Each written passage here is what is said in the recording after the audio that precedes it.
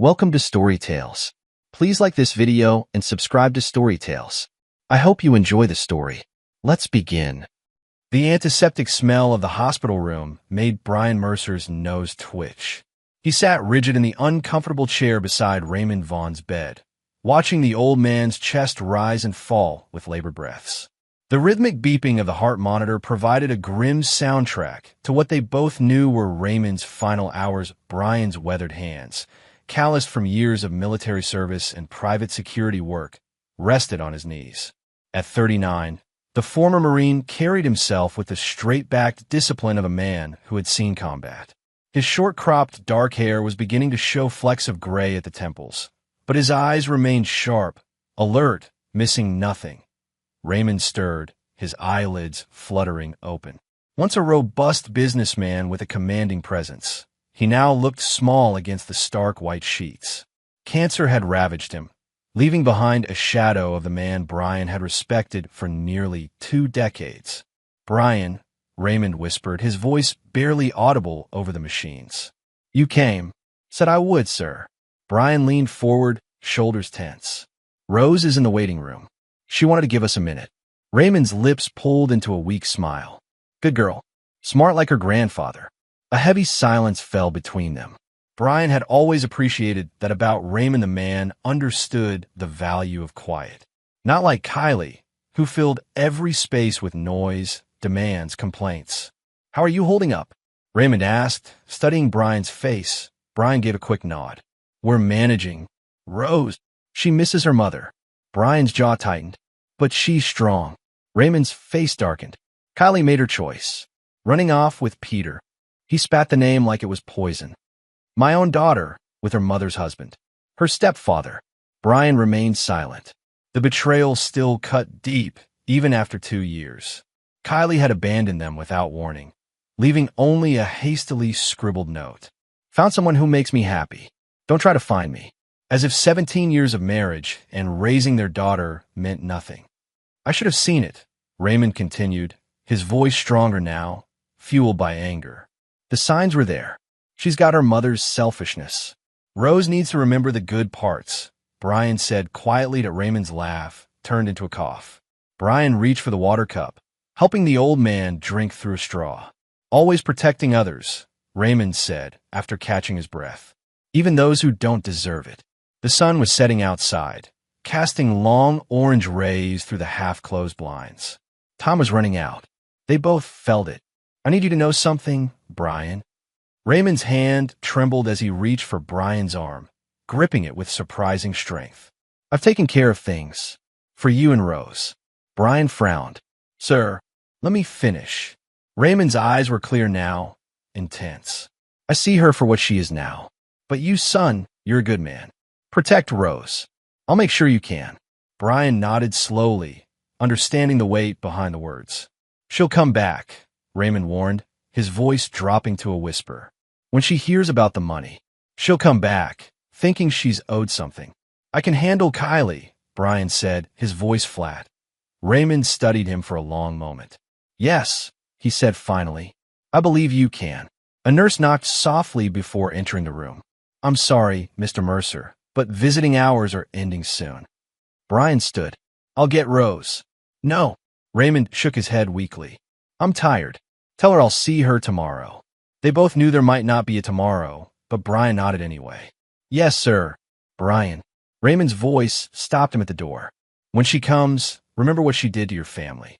Brian gave a single, sharp nod and left. 4 weeks later, Brian stood in his attorney's office, staring out the window at the city below. The funeral had been small, dignified. Rose had cried quietly beside him, clutching a white rose. Kylie hadn't shown. "Mr. Mercer." The attorney, Davis, cleared his throat. "Are you ready to continue?" Brian turned from the window. "Yes." Rose sat in one of the leather chairs, her dark hair pulled back in a neat ponytail. At 17, she looked more like her mother than Brian cared to admit, but her eyes were as steady, thoughtful. "As I was saying," Davis continued, adjusting his glasses, "Mr. Vaughn's will is quite straightforward. With the exception of a few small bequests to longtime employees, his entire estate, including his investment portfolio, properties, and liquid assets is to be divided equally between you, Mr. Mercer, and his granddaughter, Rose. Rose blinked. Me? Not Mom. Davis shook his head. Ms. Kylie Von Mercer is explicitly excluded from the will. He pulled out a document. Mr. Vaughn added a codicil 2 years ago, shortly after. He paused, glancing uncomfortably at Rose. After Mom left, Rose finished, her voice flat. Yes. Davis pushed the paper across the desk. The estate totals approximately $1 million after taxes. $500,000 each. Brian's mind raced. He had never expected this. Raymond had been wealthy, yes, but Brian had assumed the money would go to Kylie despite their estrangement. This was a final, damning statement from beyond the grave. There's one more thing. Davis handed Brian an envelope. Mr. Vaughn left this for you. Private correspondence. Brian took the envelope, feeling its weight. Thank you. When can we expect the transfer? Brian asked, all business now. The paperwork will take about 2 weeks. I'll need both of you to sign these documents today, and then we can proceed. As they signed paper after paper, Brian felt a growing unease. Raymond's warning echoed in his mind. She'll come back. The money would draw Kylie like blood in the water attracted sharks. Later that night, after Rose had gone to bed, Brian sat at the kitchen table and opened Raymond's letter. Brian, if you're reading this, I'm gone. I've had time to think about what matters in this life. Blood isn't always thicker than water. Sometimes, family is what we build, not what we're born into. Kylie made her choice when she left you and Rose. She betrayed not just her vows to you, but her duty as a mother. There's no coming back from that. The money I've left you and Rose isn't just for your future. It's protection. Kylie will come for it. Make no mistake. When she does, remember what she did. Remember who she chose over her own daughter. You were a Marine. You know that sometimes threats must be eliminated, not negotiated with. Protect Rose. Whatever it takes. Raymond Bryan read the letter twice, then fed it into the kitchen sink garbage disposal. The grinding sound seemed fitting somehow. He moved to the cabinet above the refrigerator, reaching behind the emergency first aid kit for the lockbox where he kept his Glock 19. The cool metal felt familiar in his hand as he checked the magazine. Brian wasn't a violent man by nature. His time in the Marines had taught him discipline, control, but he'd killed before when necessary. To protect others. To survive. Whatever it takes. He put the gun away, hoping he wouldn't need it. But preparation was second nature to him now that Rose's safety came first. Always 3 months after the reading of the will, routine had settled back over Brian and Rose's life. The money sat mostly untouched in their accounts, apart from what Brian had put aside for Rose's college fund. He'd taken on fewer security consulting jobs, giving him more time at home with his daughter during her senior year. Tonight, he'd been meeting with a potential client across town. The meeting had run late, and darkness had fallen by the time he pulled his truck into the driveway of their modest suburban home. Something felt wrong the moment he stepped out of the vehicle. The porch light was off. Rose always turned it on when expecting him after dark, a habit he'd instilled in her for safety. Brian moved silently up the walkway, instincts from his military days kicking in. The front door was ajar, a thin line of light spilling onto the porch that he reached beneath his jacket, drawing his Glock. With practiced efficiency, he flicked off the safety and approached the door, and sounds came from inside. No television, no music from Rose's room. Rose? He called out, pushing the door open with his foot, gun raised. No answer. The living room was undisturbed. Nothing out of place. But as he moved toward the kitchen, he saw the first signs of struggle. A chair overturned, a glass shattered on the tile floor. Rose! His voice echoed through the house. A soft moan drew his attention to the far side of the kitchen island. Brian rounded it quickly, gun still at the ready. Rose lay slumped against the cabinet doors, her face turned away from him. Dark hair fell across her cheek, but not enough to hide the angry red mark blooming there. Rose.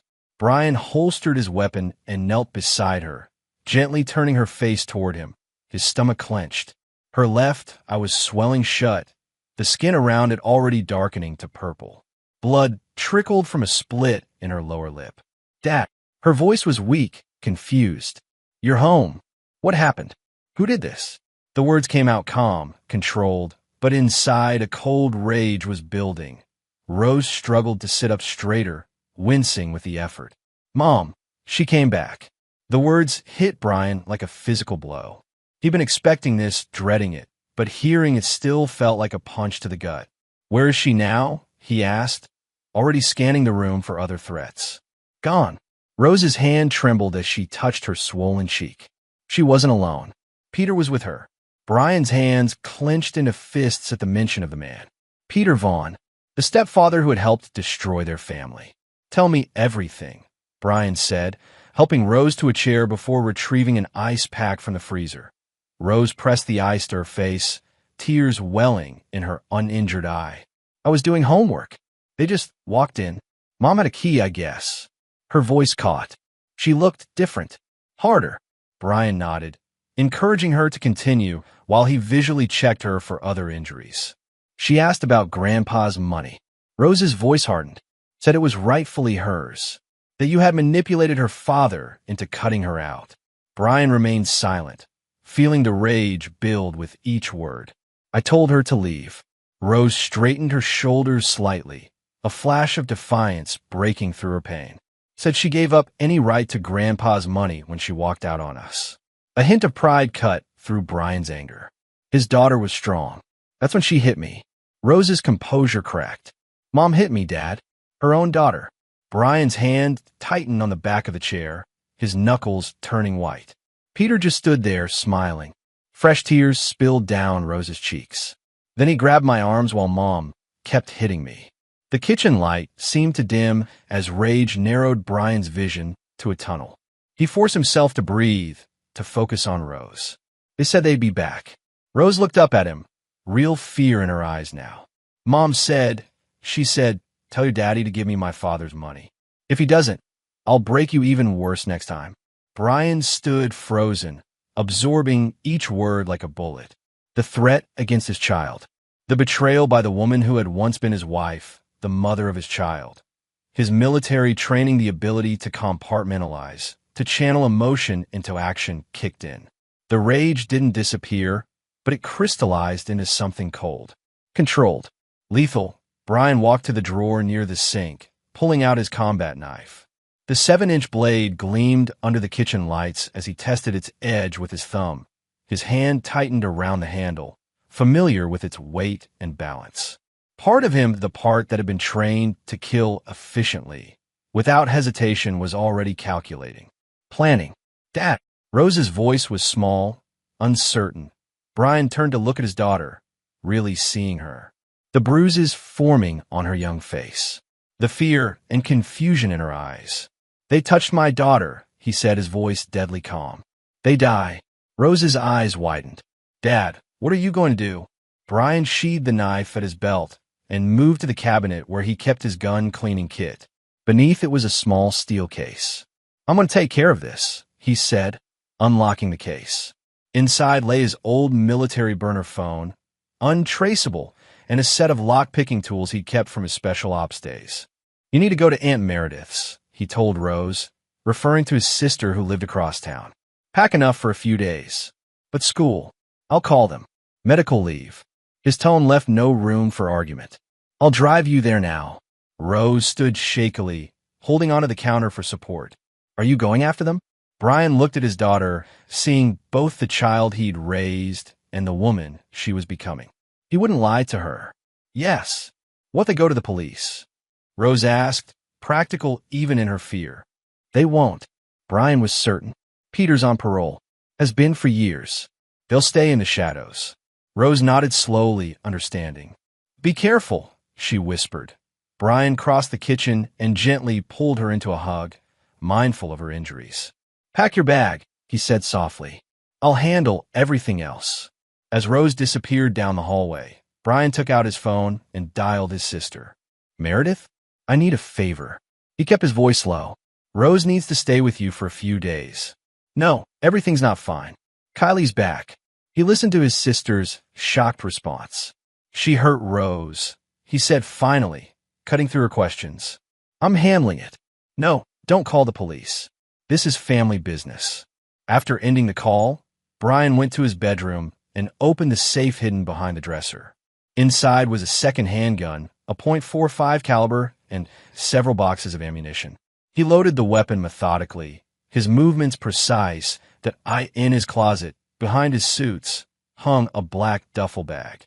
Brian pulled it out, checking the contents: black tactical clothing, gloves, a face mask, night vision goggles. Equipment from a life he'd left behind, but never fully abandoned. That'd be why the time Rose returned with her backpack, Brian had changed into dark jeans and a black t-shirt. The combat knife was secured at his belt, hidden beneath his jacket. "Ready?" he asked. Rose nodded, her face pale beneath the bruises. "One more thing," Brian said, taking out his phone. "I need to take photos of your injuries. Evidence." Rose stood silently as he documented the damage Kylie and Peter had inflicted. Each click of the camera fueled his resolve. "Why do you need evidence if you're not going to the police?" Rose asked as they headed for the truck. Brian helped her into the passenger seat before answering. "Insurance," he said simply. The drive to Meredith's was silent. Brian's mind was already mapping out what needed to be done. He knew Kylie better than she knew herself. She was predictable, especially when money was involved. Meredith was waiting at the door when they arrived, her expression changing from concern to shock as she saw Rose's face. "My God," she whispered, ushering Rose inside. She turned to Brian, eyes hard. "Tell me you're going to make her pay for this." "I'll handle it," Brian repeated, kissing his sister's cheek. "Keep Rose safe. Don't let anyone know she's here." Meredith studied her brother's face, recognizing the cold determination in his eyes. She'd seen it before, years ago, when he returned from his last deployment. "What should I tell Rose?" she asked quietly. Brian glanced past her to where his daughter was settling on the couch. "Tell her I'm making sure they never hurt her again. And if something happens to you, nothing will." Meredith nodded, accepting his certainty. "Be smart, Brian. Rose needs her father." "I know." He squeezed his sister's hand. "I'll call when it's done." Rose looked up as he approached to say goodbye. The fear in her eyes had receded, replaced by something harder. She was her father's daughter, after all. "I trust you," she said simply. Brian bent to kiss the top of her head. "I'll be back soon." As he walked back to his truck, Brian felt a familiar sensation settling over him. The calm before action. His senses sharpened, his mind cleared of everything except the objective: find Kylie and Peter, eliminate the threat, protect his daughter. He started the engine, his decision made. There would be no mercy for those who had hurt his child. No second chances. No redemption. Only justice. Cold, swift, and final. Brian pulled his truck into a narrow alley 3 blocks from the Starlight Motel, a decrepit 2-story building on the outskirts of town. The neon sign flickered weakly, several letters burned out, casting an eerie blue glow across the cracked asphalt of the parking lot. This was exactly the kind of place Kylie would choose. Cheap. Anonymous. The kind of establishment that accepted cash and asked no questions. Brian killed the engine and checked his equipment one last time. The Glock sat snug in its shoulder holster. His combat knife was secured at his belt. In his backpack, zip ties, duct tape, a small first aid kit, and night vision goggles, he reached into the glove compartment and pulled out a burner phone. After dialing, he waited 3 rings. "Meredith? How's Rose?" His sister's voice came through, tight with concern. "Sleeping. The painkillers helped. How's your situation?" "In progress." Brian kept his voice neutral. "I found them." A pause. "Be careful, Brian." "Always am." He ended the call and slipped the phone into his pocket. The digital clock on the dashboard read 11:47 p.m. Brian pulled a black baseball cap low over his eyes and exited the truck, moving with deliberate calm. Just another guest returning late. The motel had a U-shaped layout, rooms accessible from outdoor walkways. Brian had spent the afternoon watching the place from a distance, noting the patterns of the few other guests. He'd spotted Kylie's car, a beat-up red Camaro parked in front of room 217.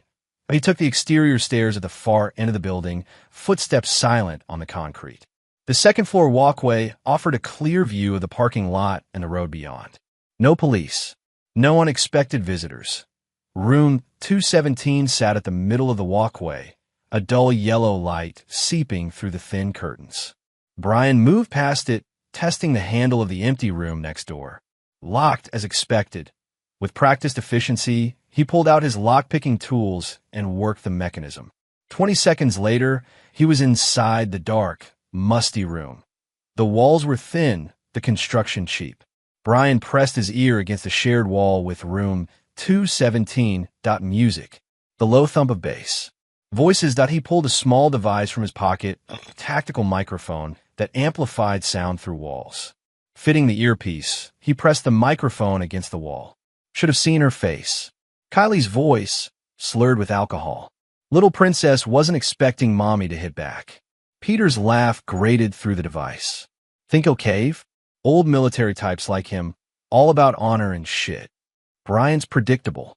The contempt in Kylie's voice was palpable. That bastard always plays the hero. He'll give me the money, just to protect that little brat. Brian's grip tightened on the microphone. And if he doesn't? Peter asked at a pause. Movement. The creak of bed springs. Then we make sure Rose doesn't make it to graduation. Brian pulled the earpiece out, a cold fury washing through him. He'd heard enough. Moving to the window, he surveyed the exterior of the motel, noting the location of security cameras' old models, probably not even recording properly, and a single board clerk visible through the office window. The electrical panel for this section of the motel would be on the ground floor, likely near the ice machine he'd spotted earlier.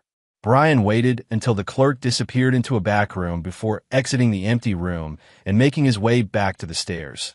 The night air was cool against his skin as he descended to the ground floor, keeping to the shadows.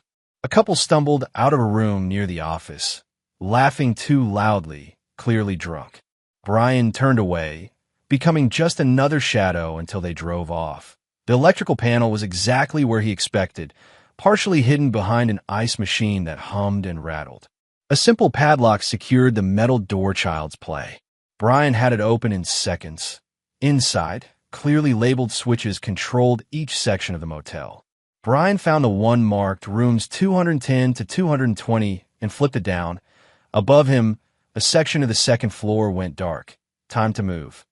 Brian took the stairs 2 at a time, silent despite his speed. Confusion would buy him only seconds. He needed to make them count. From the walkway, he could hear Peter's voice through the door of room 217. What the hell? The sound of movement. A thud. A curse. Brian tried the door handle. Locked. He stepped back, measured the distance, and drove his boot just beside the lock. The door splintered inward, ancient wood giving way easily. The room was pitch black, but Brian had memorized the layout during his surveillance. Standard motel setup.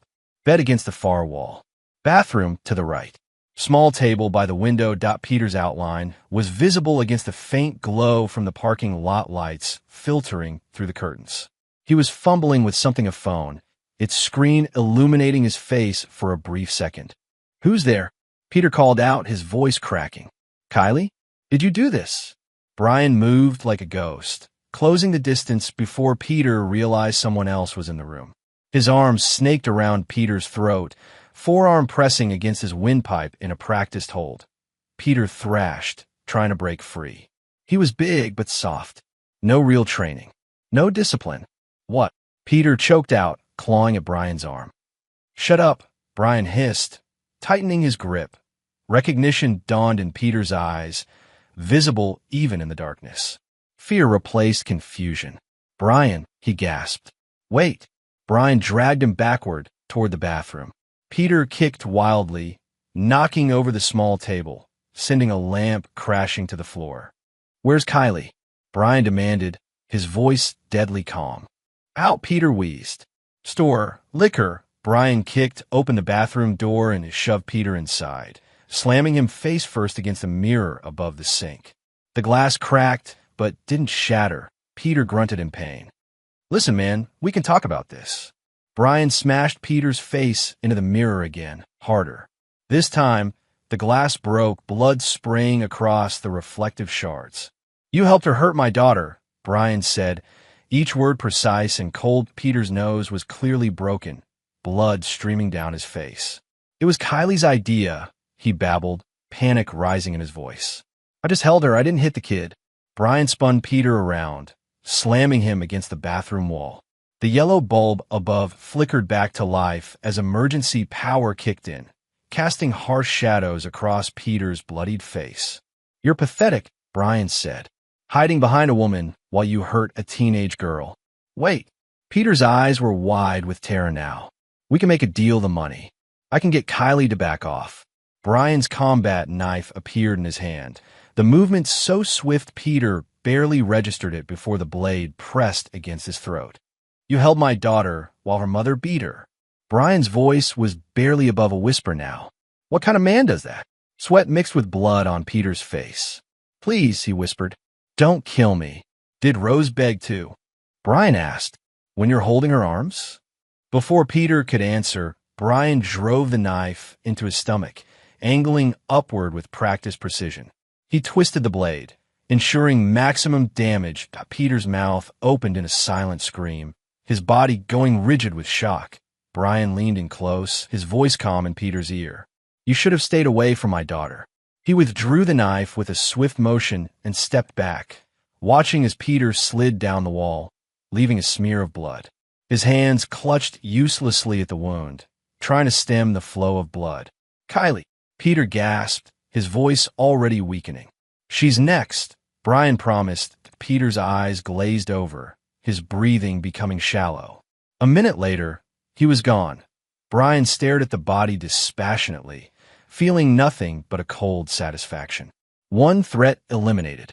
One more to go. He washed his knife in the sink, the water turning pink as it spiraled down the drain. After cleaning any obvious traces of himself from the scene, he moved back into the darkened main room. Kylie would return soon. He would wait. Brian positioned himself in the corner of the room, hidden in shadows, with a clear view of the door. His gun rested in his hand, safety off, point one shot. Clean. That's all it would take to end this. The minutes ticked by. From his position, Brian could see the illuminated dial of the bedside clock. 12:42 a.m. Kylie had been gone almost an hour. A car pulled into the parking lot, headlights sweeping across the curtains. Brian tensed, hearing the familiar rumble of the Camaro's engine. Footsteps on the stairs. A woman's voice, mumbling something. Keys jangled in the lock. The door swung open. Kylie stumbled in, a brown paper bag clutched in one hand. She kicked the door shut behind her, not immediately noticing the darkness. Peter, she fumbled for the light switch. Power's out. Again, this place is such a dump. She set the bag on the dresser and pulled out a bottle of vodka, unscrewing the cap in the dark. Peter, where are you? She took a swig directly from the bottle. Don't tell me you're passed out already. Brian remained motionless, watching her. The woman who had abandoned her daughter, who had returned only for money, who had beaten her own child. His finger tightened on the trigger. Kylie moved toward the bed, her outline visible against the faint light from the parking lot. Peter. She reached the bed, finding it empty. Confusion seemed to register. She turned toward the bathroom, noticing the door ajar, the flickering emergency light inside. Peter, what are you? The scream that erupted from her throat when she saw what remained of Peter was primal, animal. Brian stood, raising his gun. The movement caught Kylie's eye. She whirled, still screaming, her eyes wild in the dim light. Hello, Kylie, Brian said, his voice flat. Brian. Shock replaced terror for a moment. Then understanding dawned. Oh God, you killed him. Like I'm going to kill you. Brian stepped forward, gun leveled at her chest. Kylie's eyes darted around the room, looking for escape. Brian, listen to me. This is crazy. We can talk about this. You beat our daughter, Brian said. There's nothing to talk about. She's my daughter too. Kylie's voice rose hysterically. I have rights. You gave up those rights when you abandoned her, Brian said. When you put your hands on her. Kylie's face hardened, her fear morphing into something uglier. You always thought you were better than me. You, my father, looking down on me. Your father saw you for what you are, Brian said. Selfish, cruel. My father's money belongs to me. Kylie shouted. Not you. Not that ungrateful brat. Brian's finger tightened on the trigger. Goodbye, Kylie. In that split second of hesitation, Kylie lunged not at Brian, but the lamp on the bedside table. She grabbed it and hurled it at him with surprising strength. Brian ducked, the lamp missing his head by inches. The momentary distraction was enough. Kylie snatched the vodka bottle from the dresser and charged, swinging it toward his temple. Glass connected with flesh. Pain exploded through Brian's skull.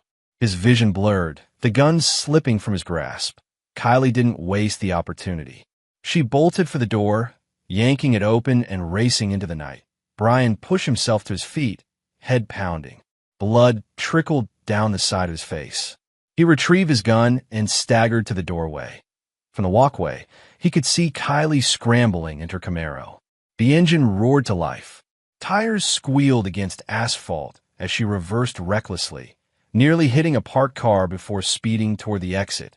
Brian raised his gun, but the shot would be difficult in the dark, with his vision still blurry from the blow. Too risky. Too public. He lowered the weapon, watching as the red taillights disappeared down the highway. "Run," he murmured, touching the gash on his temple. "I'll find you." But first, he needed to clean up. The motel room was now a crime scene. His fingerprints, his DNA, evidence that could lead back to him and, by extension, to Rose. Brian moved methodically, retrieving shell casings, wiping down surfaces he had touched. In the bathroom, he avoided looking at Peter's body as he erased any trace of his presence. 5 minutes later, he was back in the stairwell, just as police sirens became audible in the distance. Someone, not Kylie, she wouldn't risk police involvement, had reported the disturbance. Brian slipped away into the night, a shadow among shadows. Let Kylie run. Let her think she'd escaped. This wasn't over. Not by a long shot. Kylie's hands shook as she gripped the steering wheel, her knuckles white against the worn leather. She kept checking the rearview mirror, expecting to see Brian's truck gaining on her, but the road behind remained empty. "Think, Kylie, think," she muttered to herself, her mind racing as fast as the car. She needed safety, protection, money, and she needed it now. Brian had killed Peter. He would kill her too if he found her. The cold look in his eyes had told her everything. There would be no mercy, no forgiveness. Kylie took the exit toward downtown, her decision made.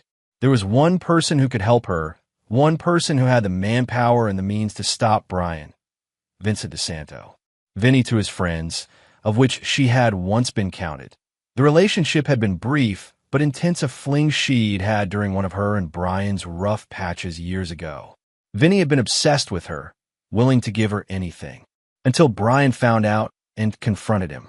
The humiliation had ended things between her and Vinny, but she knew men like him never truly got over women like her.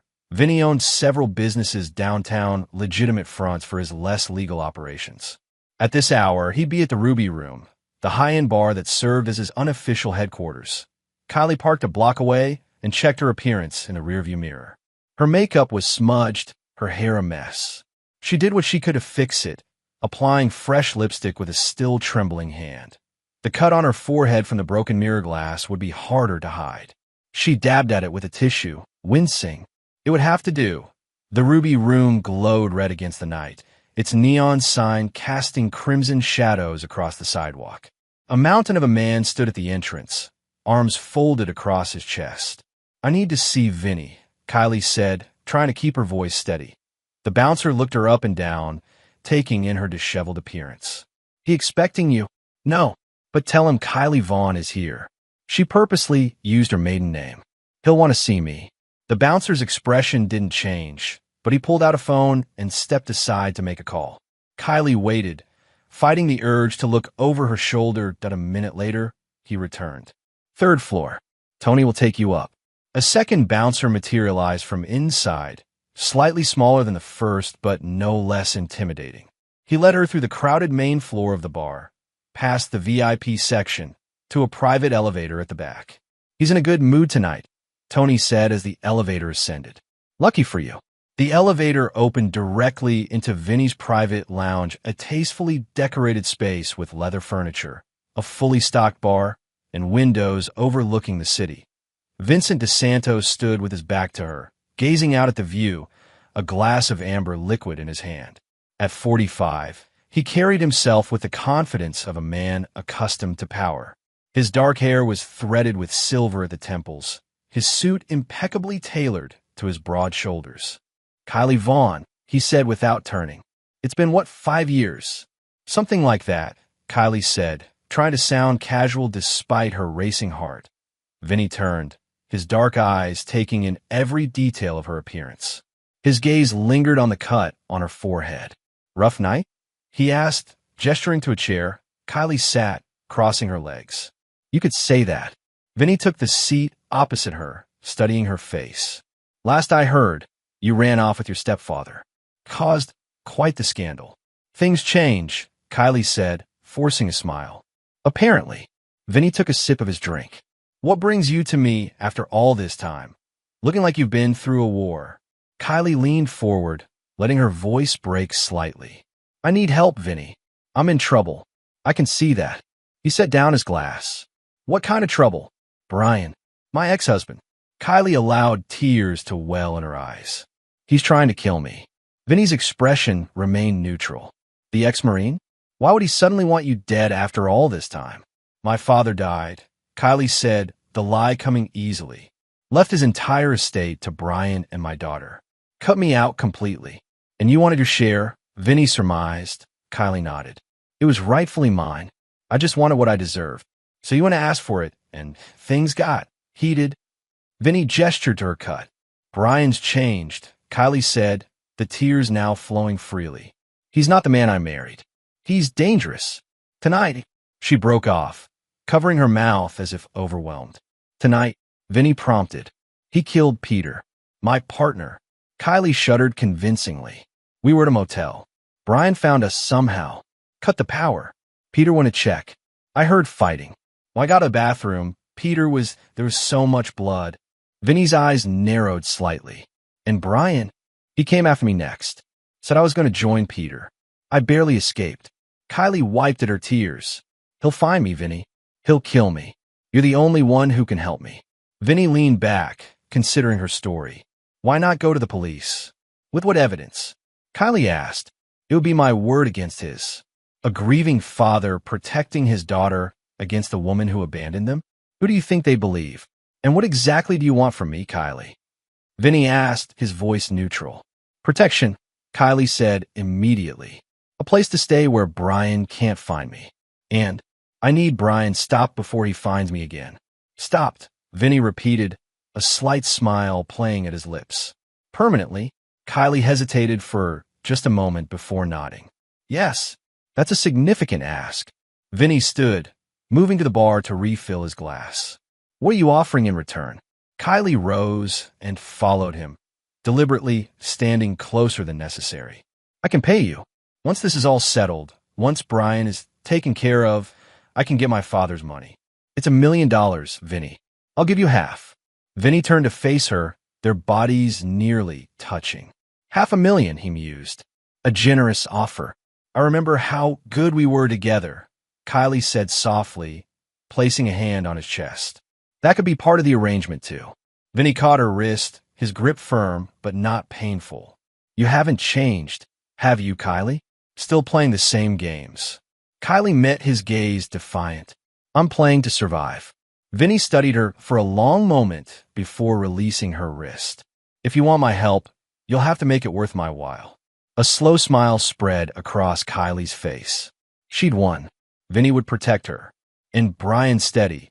Predictable Brian wouldn't stand a chance against Vinny's men. "I can do that," she said, stepping closer again. "Starting now." Vinny's laugh was low and dangerous. "You always were eager to close a deal." He walked to his desk and pressed a button on the intercom. "Tony, prepare the penthouse suite for a guest. Ms. Vaughn will be staying with us for a while." "Yes, boss," came the immediate reply. Vinny turned back to Kylie. "You'll be safe here. No one gets in without my approval." Relief washed over Kylie, genuine for the first time since she'd fled the motel. "Thank you, Vinny." "Don't thank me yet," he said, his smile not reaching his eyes. "We still have to deal with your ex-husband. From what I remember of Brian Mercer, he's not a man to be underestimated." "He's just one man," Kylie said dismissively. "A highly trained one," Vinny corrected. "With motivation." Kylie's confidence faltered slightly. What are you saying?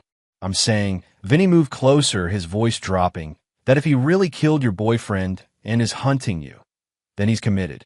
And committed men are dangerous. That's why I need your help, Kylie insisted. You have men, resources, and I'll use them, Vinny assured her. Tomorrow, I'll send some of my best to find him. Make him disappear. The elevator doors opened, and Tony stepped out. Suite's ready, boss. Show Ms. Vaughn up, Vinny instructed. Make sure she has everything she needs.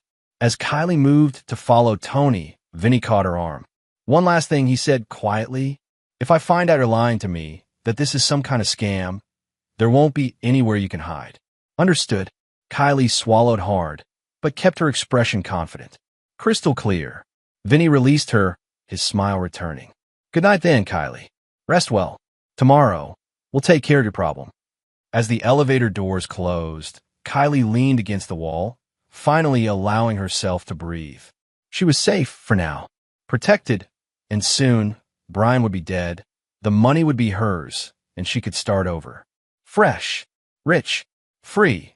She didn't notice the calculating look in Tony's eyes as he watched her, nor the slight shake of his head as she turned away. Upstairs in the luxurious penthouse suite, Kylie kicked off her shoes and poured herself a drink from the well-stocked bar. Through the floor-to-ceiling windows, the city spread out before her, lights twinkling in the darkness. Somewhere out there, Brian was hunting for her. But he'd never find her here, in Vinny's fortress. And by tomorrow night, he'd be dead. Kylie raised her glass in a silent toast, her lips curving into a satisfied smile. She had won that, or so she thought. Brian pulled into his sister's driveway just after dawn, the sky painted in pale oranges and blues. The cut on his temple had stopped bleeding hours ago, but his head still throbbed with each heartbeat. Meredith opened the door before he could knock, her eyes widening at the sight of the dried blood on his face. Jesus, Brian, she whispered, pulling him inside. What happened? It's handled, he said, his voice rough from exhaustion. Partially. Rose is still asleep. Meredith gestured toward the guest bedroom. She was asking for you last night. Brian nodded, moving to the kitchen sink to splash cold water on his face. How bad are her injuries? Bruising mostly. The doctor said nothing's broken. Thank God. Meredith handed him a towel. You look like hell. I need to clean up before Rose sees me. Brian dried his face carefully. Kylie got away. Meredith's expression hardened. And Peter? Brian met her gaze. Dead. She absorbed this without flinching. Meredith had always understood him better than most. Growing up in a military family had given them both a pragmatic view of violence. What's your next move? She asked. I need to get back to the house, Brian said. Get some supplies. Then finish this. You know where she is? Not yet, but I will. Brian's phone buzzed in his pocket. A text from an unknown number. He read it, his expression unchanging. What is it? Meredith asked. One of my old contacts, Brian said. Kylie's with Vincent DeSanto, the mobster. Meredith's voice rose slightly. Brian, that's suicide. He has an army. Doesn't matter. Brian tucked the phone away. Tell Rose I'll be back tonight. Keep her inside, doors locked. They'll be coming for you, Meredith warned. If Kylie's with DeSanto, she'll have told him everything. Twisted it to make you the villain. Let them come. Brian moved toward the door. Better at my place than here, near Rose. Meredith caught his arm. Promise me you'll be careful. Always am. The drive to his house was quiet, the early morning traffic still light. Brian took a circuitous route, watching for tails, but saw nothing suspicious. Still, instinct told him he didn't have much time. Kylie would have spent the night convincing DeSanto to eliminate him, and Vincent wasn't known for his patience. His house looked exactly as he'd left it, the overturned chair in the kitchen, the broken glass on the floor. Evidence of the moment everything had changed. Brian moved quickly, gathering what he needed. From the garage rafters, he retrieved a black duffel bag containing equipment from his last deployment, items technically illegal for civilian possession, but which had proven useful over the years for private security work. Inside were flashbang grenades, a military-grade tactical vest, and various tools for various situations. He added extra ammunition for his guns and several knives to the bag. Next, he moved through the house strategically, planning. DeSanto's men would come probably soon. 6, maybe 8 guys.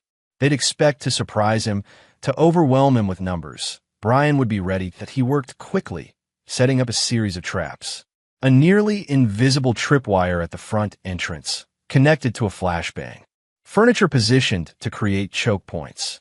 Lights disabled to give him the advantage. He knew every inch of this house. They wouldn't. When the preparations were complete, Brian settled into the shadows of the hallway, a perfect vantage point from which to see anyone entering through either the front or back door. Now he would wait. He didn't have to wait long. 9:17 a.m. A black SUV with tinted windows rolled slowly past the house. Brian watched through a gap in the curtains as it circled the block once, then parked 3 houses down. 2 men in suits stepped out, casual in their movements but alert in their eyes. They separated, one walking directly toward his front door, the other circling around toward the back of the house. The doorbell rang. Brian remained motionless, watching. After a moment, the man at the front door pulled out a phone, presumably calling for instructions. Brian could see his lips moving. A nod. A hand slipping inside his jacket to retrieve a gun with a silencer. The back door's lock was picked first. Brian heard the faint click as it gave way. Seconds later, the front door lock was defeated as well. 4 more men emerged from the SUV, moving with purpose toward the house. Brian readied his weapon and waited. The trap was set.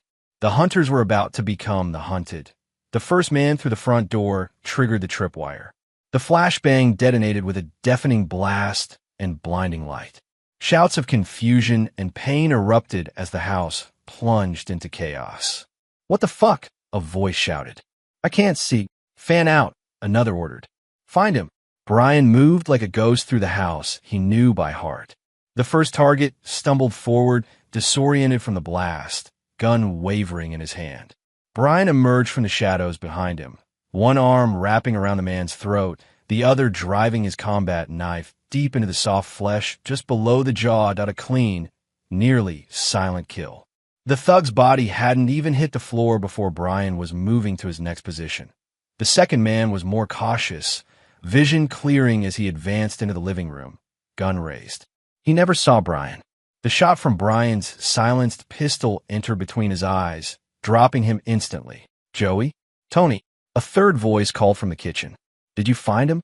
Twist, a sickening crack, and the third target fell lifeless. Footsteps pounded up the stairs, the fourth and fifth men searching the second floor. "He's not up here," one called down. "Keep looking." The sixth man's voice came from near the back door. "DeSanto wants this done." Brian retrieved his knife and moved toward the staircase, staying in the shadows. The fourth man descended first, his footsteps hesitant. "This is fucked," he whispered to himself. "Something's wrong." His eyes widened as he reached the bottom step and saw the bodies of his companions. His mouth opened to shout a warning. "Wait," he gasped, spotting Brian. "We can talk this through." Brian's bullet silenced him mid-plea. Upstairs, the fifth man heard the muffled shot. "Marco? What was that?" Brian waited, perfectly still beside the staircase. "Marco." The voice was edged with fear now. Footsteps approached the top of the stairs. Brian could have waited, let the man come to him, but the sixth target was still unaccounted for. Time was a factor now that he moved up the stairs with controlled speed, catching the fifth man as he was peering down into the darkness. The thug's eyes widened in shock. He turned to run. Brian pursued him down the hallway, past the bathroom, into the master bedroom. The man fumbled with the window latch, desperate for escape. "Please," he begged, turning to face Brian. "I just do what I'm told.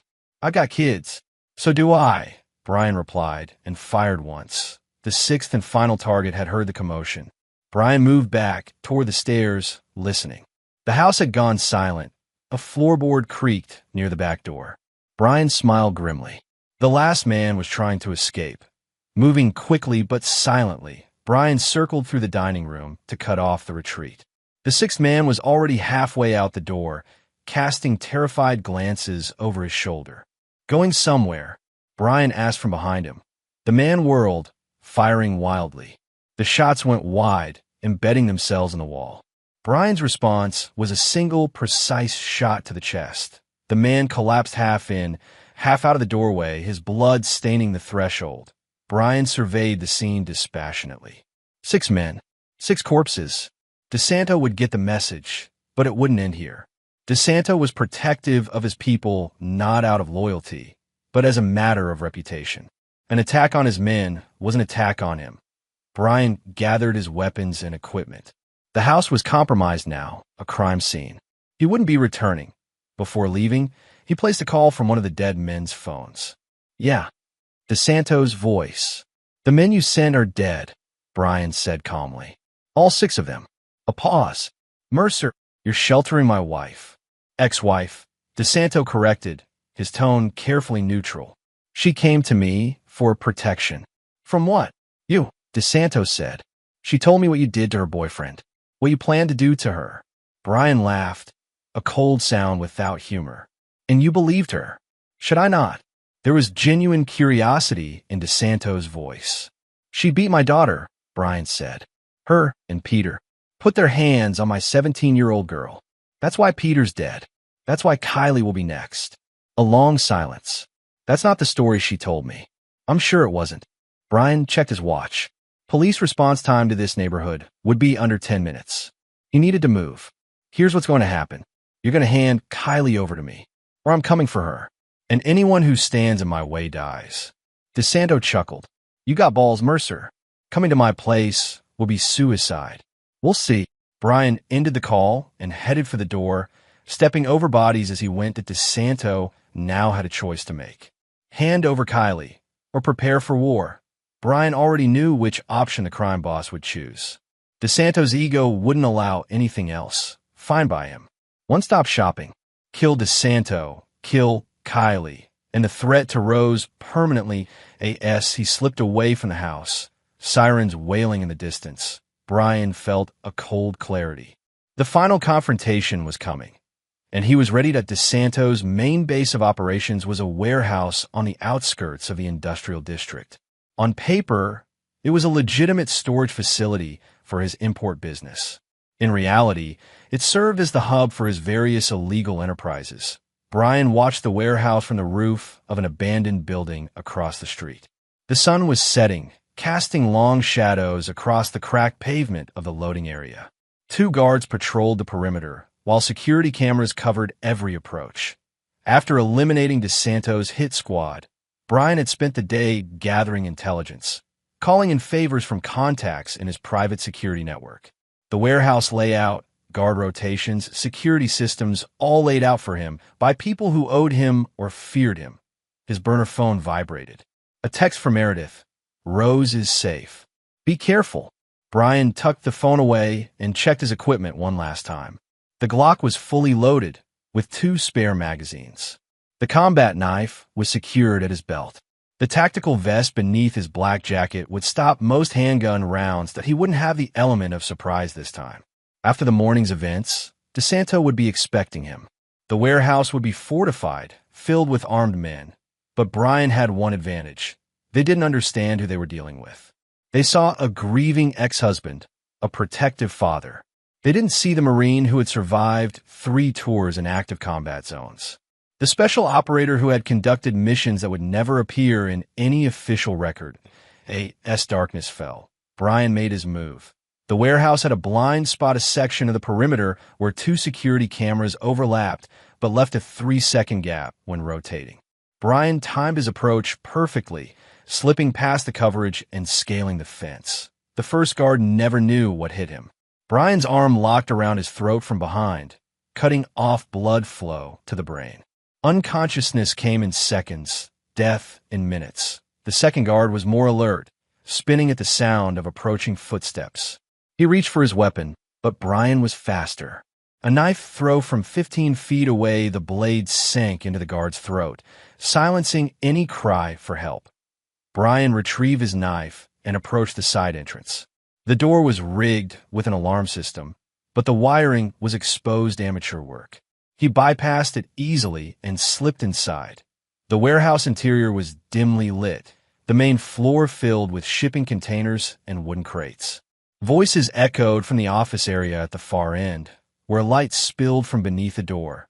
Brian moved silently from cover to cover, avoiding the patches of light. Two more guards stood outside the office door, alert but bored, the tips of their cigarettes glowing in the darkness. "DeSanto's still in there with the woman?" one asked. "Yeah," the other replied. "Been arguing for hours. She's pissed he won't let her leave. After what happened to our guys this morning. I wouldn't let her leave either. She's hot, though. Hot enough to die for. Because that's what you'd be doing if you crossed DeSanto." Their conversation cut short as something metallic clattered across the floor, coming to rest at their feet. "What the?" A flashbang grenade detonated, the concussive force dropping both men to their knees, hands clutching their ears. Brian emerged from the shadows, dispatching them efficiently before they could recover.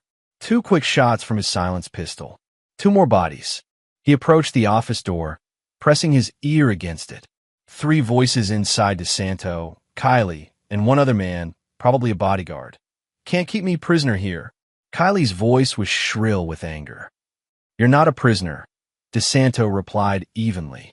"You're a guest who can't leave because your psychotic ex-husband just killed 6 of my men. Then kill him," Kylie demanded. "Isn't that what I'm paying you for?" A low chuckle from DeSanto. "Sweetheart, you haven't paid me anything yet.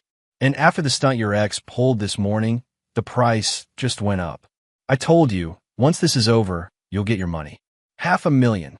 Not enough anymore," DeSanto said. "The new price is all of it. The full $1,000,000. That's not fair," Kylie protested. "We had a deal." "The deal changed when my men started dying. Business is business." Brian had heard enough. Time to end this. He stepped back, aimed his gun at the lock, and fired twice.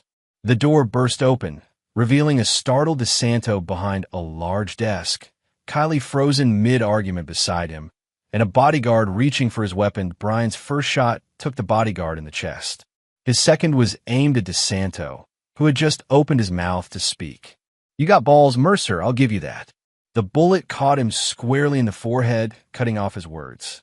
DeSanto slumped back in his chair, eyes wide with surprise, a perfect red hole marking the point of impact. Kylie screamed, backing away toward the wall, hands raised defensively. "Brian," her voice trembled. "Please listen to me." Brian advanced into the room, gun now trained on her. "There's nothing to listen to. I can explain everything," she babbled, eyes darting between him and the door. "This is all a misunderstanding. I never meant for Rose to get hurt." "But she did get hurt," Brian said coldly. "You put your hands on our daughter." "I was angry." Kylie's back hit the wall. Nowhere left to retreat. "My father's money, it should have been mine. You turned him against me. You did that yourself." Brian took another step forward. "When you abandoned your family. When you ran off with your stepfather. I made a mistake," Kylie said, her voice switching to a pleading tone. "I see that now. Please, Brian. I'll leave town. You'll never see me again. I won't ask for any money. Please." Brian raised his gun, aiming at the center of her chest. "You put your hands on my daughter." Kylie's expression changed, desperation giving way to calculation. Her hand moved slowly toward her pocket. "Brian, think about Rose," she said. "What will she think of you if you do this? What kind of example are you setting?" "She'll understand that I protected her," Brian replied. "That some threats need to be eliminated, not negotiated with." Kylie's hand emerged from her pocket, a small knife clutched in her fingers. She lunged with surprising speed, aiming for Brian's throat. But Brian had been expecting this one last desperate attempt. He sidestepped easily, grabbing her wrist in a vice-like grip and twisting brutally. The knife clattered to the floor as Kylie screamed in pain, her wrist bent at an unnatural angle.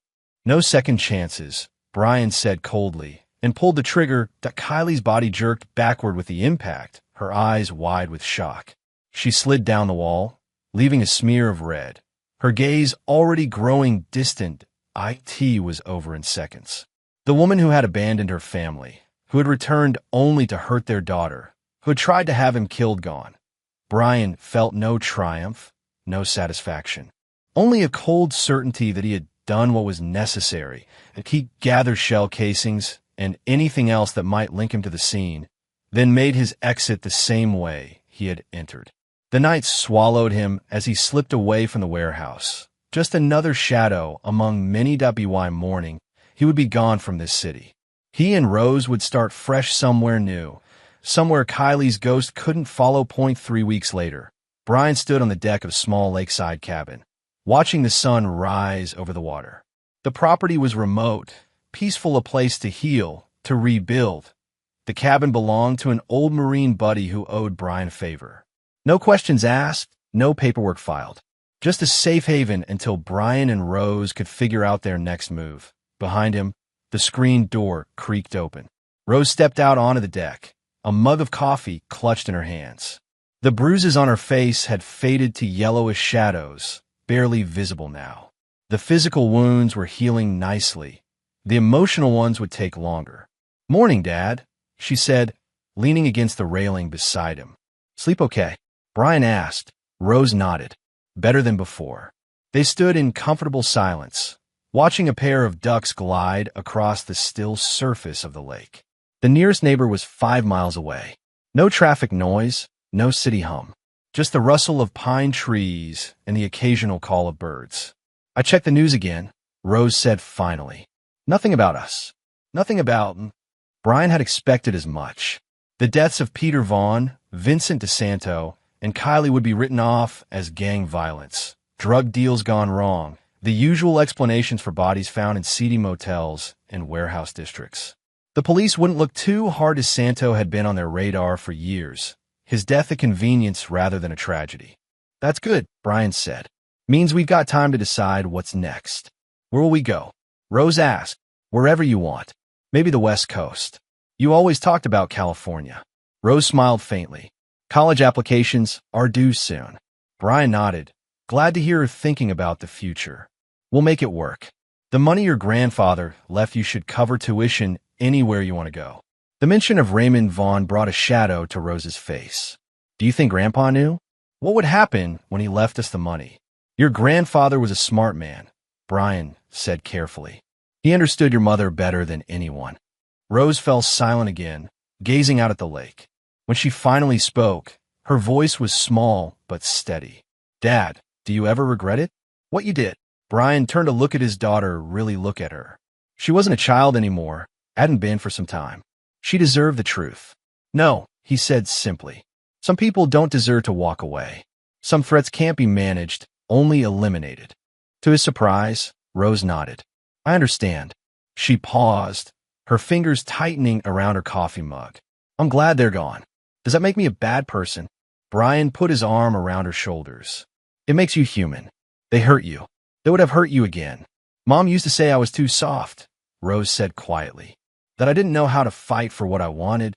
"Your mother was wrong about a lot of things," Brian replied. "Including you. You're stronger than she ever was." The sun climbed higher, turning the lake to molten gold. In the distance, a fish jumped, sending ripples across the surface. "We should get breakfast started," Brian said, giving Rose's shoulder a gentle squeeze. "Then maybe try out that fishing gear in the shed." Rose smiled, a real smile this time. "I'd like that." As they turned to head back inside, Brian caught a glimpse of Rose's expression. There was something new there, something that hadn't been present before, a hardness around the edges, a watchfulness that reminded him of himself. Part of him regretted that loss of innocence. But another part, the survivor, the protector, recognized its value. The world wasn't safe. Danger didn't announce itself. Sometimes the people who should love you the most were the ones who hurt you worst. Better she understand that now, with him beside her to guide her through it. Inside the cabin, Brian started coffee while Rose gathered ingredients for breakfast. The routine was comfortable, domestic, almost normal. As if the events of the past weeks were just a bad dream fading in the morning light. But Brian knew better. What he had done would always be with him. The lives he'd taken, the blood on his hands, the choice he'd made to be judge, jury, and executioner, that he would make the same choice again without hesitation. For Rose. For family. For justice. And oh mercy for those who threatened what was his dot. And oh mercy at all.